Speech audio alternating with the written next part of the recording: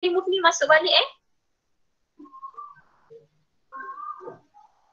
Okey, Assalamualaikum. Kita sambung balik tadi, ada masalah teknikal.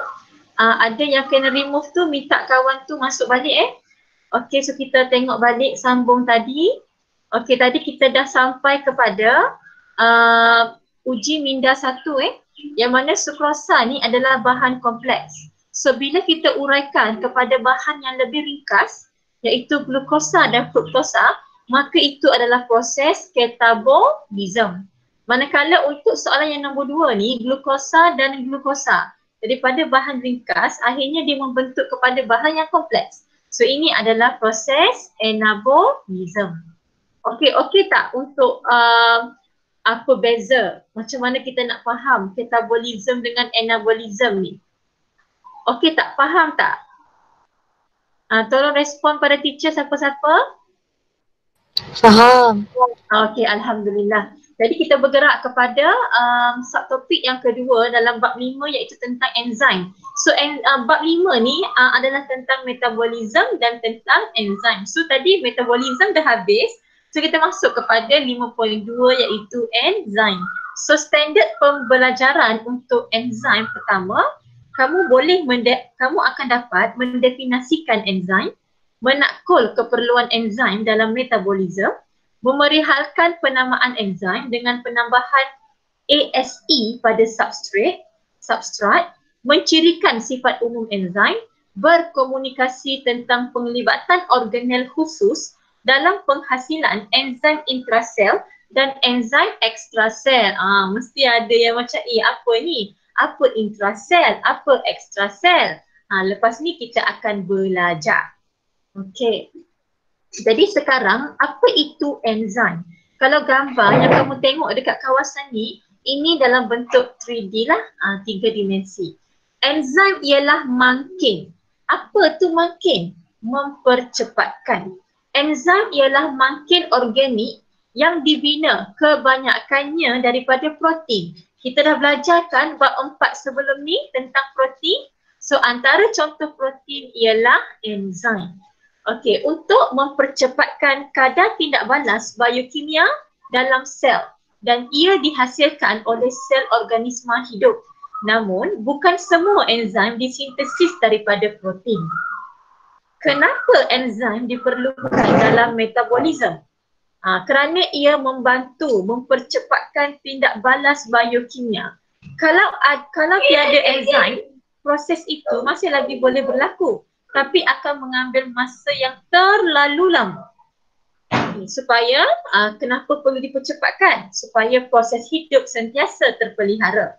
Tanpa enzim, tindak balas dalam sel akan berjalan dengan begitu lambat.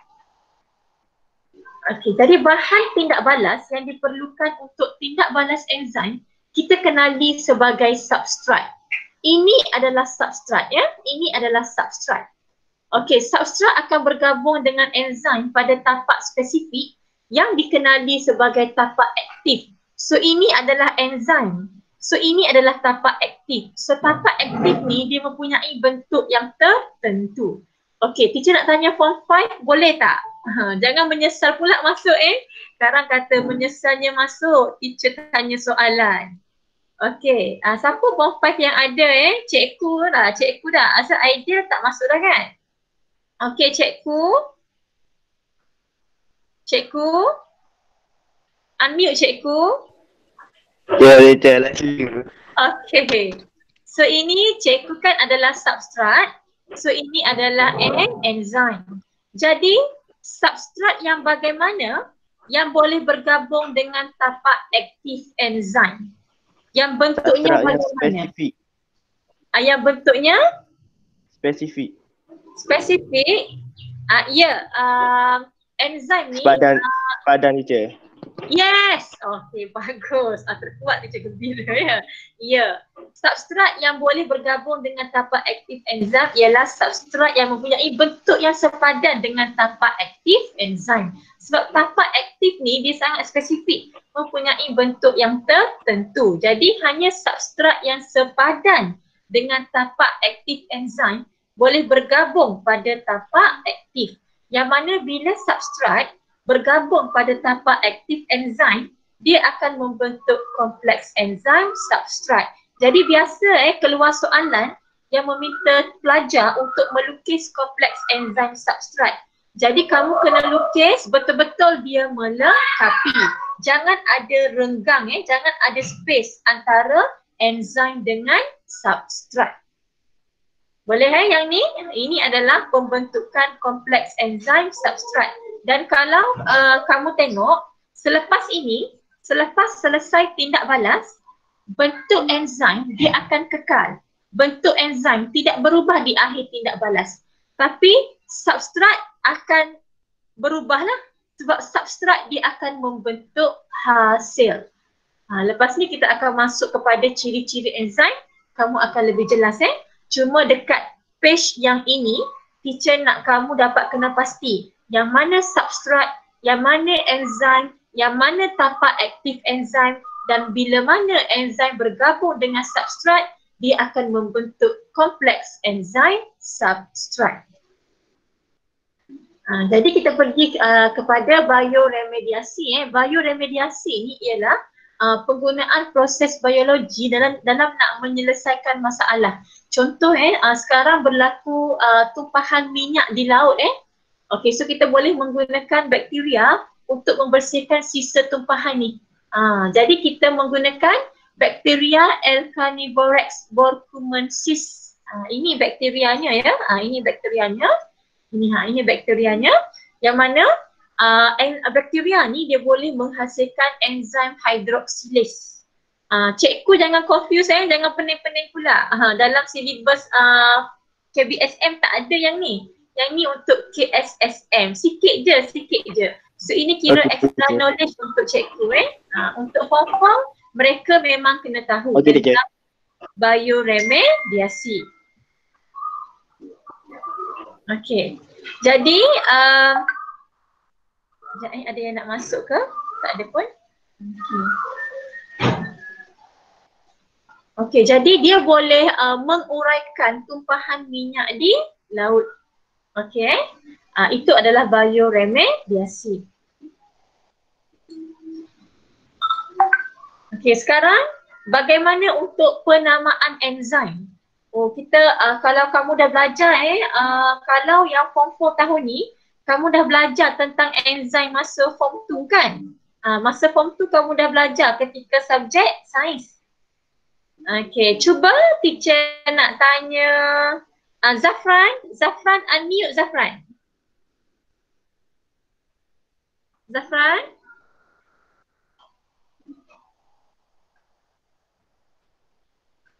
Okey, Aina Safia unmute. Mungkin line Zafran tak berapa clear. Aina Safia? Ataupun kamu jawab di chat ke? Okey, ke malu sangat malu nak dengar suara kat sini ya. Okey, tulis di chat. Okey Zaf, Zaf line dia tak elok. Okey, Aina. Dekat chatting Aina, berikan contoh-contoh enzim yang Aina tahu.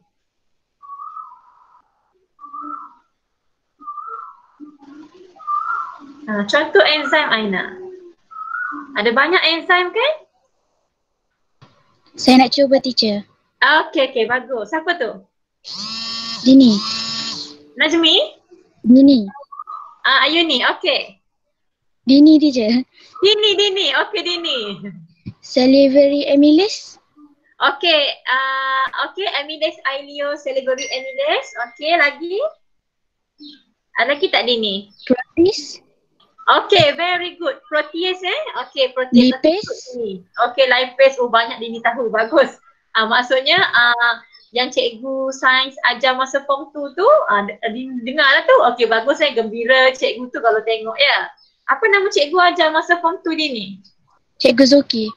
Cikgu Zuki Okay, jadi sekarang ni antara tadi yang Dini sebut iaitu amylase ileo, kemudian Dini sebut tadi protease and then lipase. Tapi kalau untuk protease ni dia lebih digunakan ketika menengah rendah. Tapi bila masuk kepada biologi form 4 dengan form 5, Sebab protease ni nama umum. Dalam protease ada banyak lagi enzim. Macam peptidase, trypsin. So kita gunakan nama enzim yang lebih detail. Okey, contoh macam tadi lipid lipase tadi kan lipase, ASE. Kalau tadi protease, ASE. Kalau kamu perasan, dia menambahkan ASE kepada nama substrat.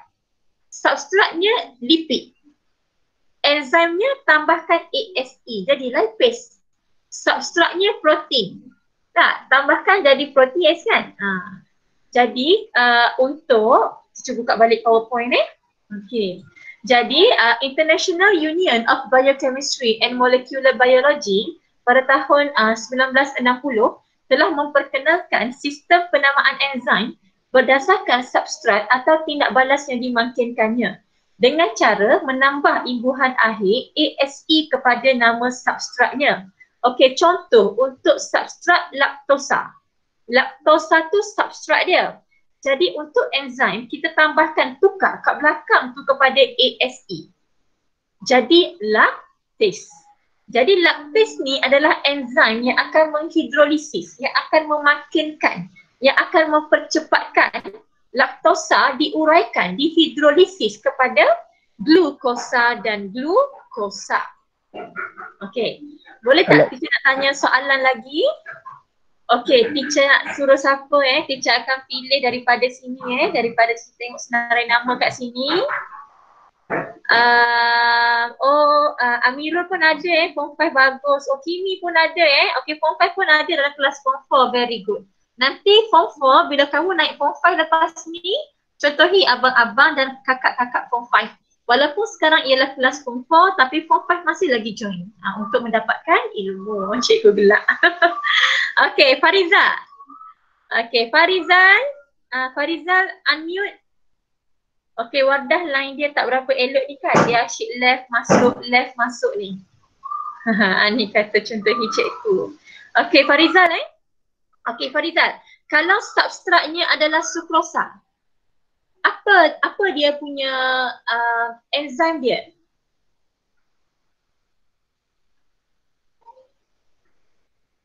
Okey, Farizal. Chatting boleh, nak buka mic pun boleh. Kalau sukrosa substrat, apa nama enzim untuk substrat tu? Tak chat je, itu boleh. Ya? Dekat chat je tulis. Dekat chat? Okay, sorry. Okay, sucrase. Good, Farizal. Okay, kalau laktosa, Farizal, laktosa, apa nama enzimnya? Lactase. Okay, very good. Okay, bagus. Faham lah tu? Okay, contohnya kat sini ada banyak lah. Okay, contoh sukrosa. Nama enzimnya adalah sucrase. Yang mana dia akan menghidrolisis, memakinkan tindak balas sukrosa dihidrolisis kepada glukosa dan fruktosa. Kemudian substrat maltosa, nama enzimnya adalah maltase. Okey, dia akan menjadi dihidrolisis kepada glukosa dan glukosa. Okey, ramai yang minta maaf kata tak dapat nak masuk sebab line slow. Tak apa, teacher faham. Nanti teacher akan upload video ni di YouTube, boleh tengok balik Okey. Selulosa, apa nama enzimnya? Tambahkan ASE, dia akan jadi selulase. Yang mana selulase ini akan menghidrolisis selulosa kepada glukosa dan glukosa. Okey, lipid, nama enzimnya lipase, apa monomer dia? Glycerol dan asid lemak. Kita dah belajar ini ketika bab 4 kan? Okey. Kanji. Kanji ni lain sikit kan? Amylase kan? Sebab dia ada nama lain dia lah, nama saintifik untuk kanji ni lah. Okey. Kanji dia akan dihidrolisis oleh amylase kepada maltosa. Jadi kenapa ada setengah enzim dia menggunakan nama lama sebelum penamaan secara sistematik. Okey, contoh pepsin, trypsin dan erepsin kenapa kalau bagi enzim ni dia tak ada ASE kat belakang. Siapa nak cuba jawab? Kat situ ada jawapan dah. Kenapa pepsin, trypsin dan erepsin ni dia tak ada ASE kat belakang? Boleh unmute lah. Cik tak buka ikut chat Okey, cuba Khairi. Kenapa Khairi? Masalah teacher, soalan mula tak dengar ni. Okey, soalan teacher, kenapa tadi kita belajar penamaan enzim ni dengan menukar ASE berdasarkan tambahkan imbuhan akhir ASE kepada nama substratnya.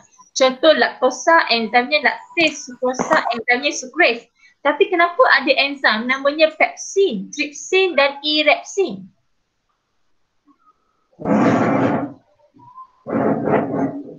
Kenapa?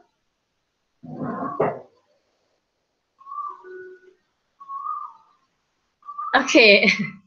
Khairi? Okey Khairi Khairi ada yang cakap Khairi? Kita tempat je. Okey, tak apa, it's okay. Sebab ada setengah enzim dia menggunakan nama lama. Maksudnya pepsin, tripsin, erepsin ni dia telah ada, saintis telah bagi nama sebelum penamaan enzim oleh International Union of Biochemistry and Molecular Biology ni. Jadi dia tak tukar dah lah. Sebab itu memang nama asal sebelum penamaan ini diperkenalkan. Boleh Boleh ke? Boleh? Khairi, boleh Khairi? Okey, boleh. Boleh je. Okey, good. Okey, tadi teacher ulang balik takut ada yang tak dengar tadi. Okey, kanji kan? Kanji ni nama lain dia amylosa. Sebab itulah nama enzimnya amylase, tak jadi kanjiase sebab kanji ni pun bahasa Melayu. Kalau dalam bahasa Inggeris starch, tapi tak adalah pula enzim tu nama starchiase. Okey, sekarang kita nak kamu kenal mana enzim, mana substrat, mana kompleks enzim substrat, mana hasil. Okey, sekarang ni ini adalah enzim. Okey, dia mempunyai tapak yang spesifik, kita panggil sebagai tapak aktif. Lepas tu ini adalah substrate, dan kalau kamu tengok substrate ni mempunyai bentuk yang sepadan dengan tapak aktif enzim. So dia boleh bergabung dengan tapak aktif enzim. Kamu jangan guna sama. Kalau sama tak boleh masuk. Kalau bentuk substrat tu sama dengan tapak aktif enzim, dia tak akan boleh masuk. Tapi istilahnya adalah sepadan. Complement, compatible. Okey. Jadi dia akan membentuk kompleks enzim substrat. Kemudian dia akan menghasilkan hasil. Contoh andai kata substrat ini adalah lemak. Enzim adalah lipase. Ini adalah kompleks enzim substrat. Ataupun kalau kamu nak buat kompleks lipase lipid pun boleh. Okey, kemudian dia akan menghasilkan hasil iaitu asid lemak dan glycerol. Ataupun andai kata ini adalah enzim enzim sukrase. So substratnya adalah sukrosa. Maka dia akan membentuk kompleks enzim substrat, kemudian dia akan menghasilkan hasil iaitu glukosa dan fruktosa. Jadi cuba kamu bagi tahu teacher, daripada gambar ni apa ciri enzim yang kamu nampak? Okey, siapa nak cuba? Saya teacher. Okey, siapa tu? Pompas je. Siapa cikgu kah? Okey, Pompas cikgu. Okey, kita bagi peluang cikgu. Okey cikgu, ciri pertama apa yang cikgu nampak? Enzim tidak berubah bentuk pada akhir hasil. Okay, very good. Enzim tidak berubah di akhir tindak balas. Jadi kalau kita nak kena pasti andai kata tidak dilabelkan ini adalah hasil. Soalan tanya, katakanlah dalam soalan tu dia labelkan ini sebagai X, ini sebagai Y. Dia pun tanya ataupun dilabel kat sini dilabel kat sini. Dilabel kat depan ni ini X, ini Y. Soalan pun tanya, yang mana satu adalah enzim? Terangkan reason kamu, explain the reason. Jadi kamu pun kata X ini adalah enzim. Reason kamu kenapa? Kerana di akhir tindak balas ia tidak berubah. Ia tidak musnah. Okey, bagus cikgu. Okey, ciri yang kedua, form 4, ada yang nak jawab tak form 4? Ciri yang kedua, daripada gambar ni kamu terus nampak. Cuba tengok kepada anak panah ni form 4. Okey, siapa nak jawab unmute, bagi tahu nama. Saya teacher. Okay, siapa tu? Dini. Okay, Dini, good. Apa yang The- dimaksudkan dengan anak panah ni, Dini? Enzymes are reversible. Yes, reversible. Enzim adalah tindak balas berbalik. Mesti ramai pelik kan kenapalah Dini cakap bahasa Inggeris kan? Anak orang putih ke? Berbalik daripada New Zealand ke? Tak, Dini ialah kelas DLP. Sekarang kita buat kelas ni menggabungkan kelas DLP dan kelas dalam bahasa Melayu. Jadi untuk nanti bila buka sekolah, teacher akan explain balik dalam bahasa Inggeris kepada kelas DLP. Okay. Tadi dah dapat 2 ciri kan? Okey, ciri yang ketiga iaitu enzim tindak balasnya sangat spesifik. Kenapa sangat spesifik? Kerana enzim mempunyai tapak aktif yang sangat spesifik yang mana bentuknya adalah mempunyai bentuk yang spesifik yang tertentu. Okey. Sifat-sifat umum enzim. Pertama, kita pergi kepada yang penting. Okey, tadi ini maksud dia lah enzim ialah makin biologi yang mempercepatkan tindak balas biokimia. Okey, yang paling penting pertama, struktur enzim kekal, tidak berubah atau tidak dimusnahkan selepas tindak balas. Yang kedua, tindakan enzim adalah sangat spesifik. Hanya substrat yang mempunyai bentuk yang saling melengkapi, yang sepadan dengan tapak aktif enzim yang boleh bergabung dengan enzim. Kebanyakan tindak balas yang dimakinkan oleh enzim adalah tindak balas berbalik. Maksudnya, lipase dia boleh memakinkan daripada lipid menjadi asid lemak dan glycerol. Dalam masa yang sama, dia juga boleh memakinkan proses kondensasi iaitu asid lemak dan glycerol untuk membentuk lipid semula. Itu lipase, fungsi lipase. So dia adalah berbalik, reversible. Okey. Kemudian disebabkan dia tidak musnah selepas tindak balas, dia tak berubah struktur dia, bentuk dia, maka enzim ni kita hanya perlukan dalam kuantiti yang sedikit dan ia boleh digunakan semula sebab dia tidak musnah di akhir tindak balas. Okay, and then aktiviti enzim boleh diperlahankan atau dihentikan oleh perencat. Perencat ni ialah benda yang akan menstopkan tindak balas enzim. Contoh perencat seperti logam berat, seperti plumbum dan juga merkuri. Kemudian enzim bertindak dengan pantas dan sesetengah enzim dia memerlukan cofactor. Okey, contoh tindak balas lipid nak menjadi asid lemak dan glycerol kan, di mana enzim lipase digunakan untuk mempercepatkan tindak balas ini. Dan sesetengah enzim dia memerlukan cofactor pula supaya dia dapat berfungsi dengan lebih berkesan untuk bantu dia lagi. Okey, contoh cofactor ialah seperti vitamin B dan juga ion magnesium. Okey, sedikit bioinfo. Cofactor adalah bahan bukan protein yang diperlukan oleh enzim untuk berfungsi dengan baik. Contoh cofactor ialah ferrum, kuprum dan vitamin B. Okey, penglibatan organel dalam penghasilan enzim intrasel dan enzim ekstrasel. Jadi kita berhenti rehat sekejap, boleh tak? Selama 3 minit. Boleh Okey, kemudian kita sambung sekejap lagi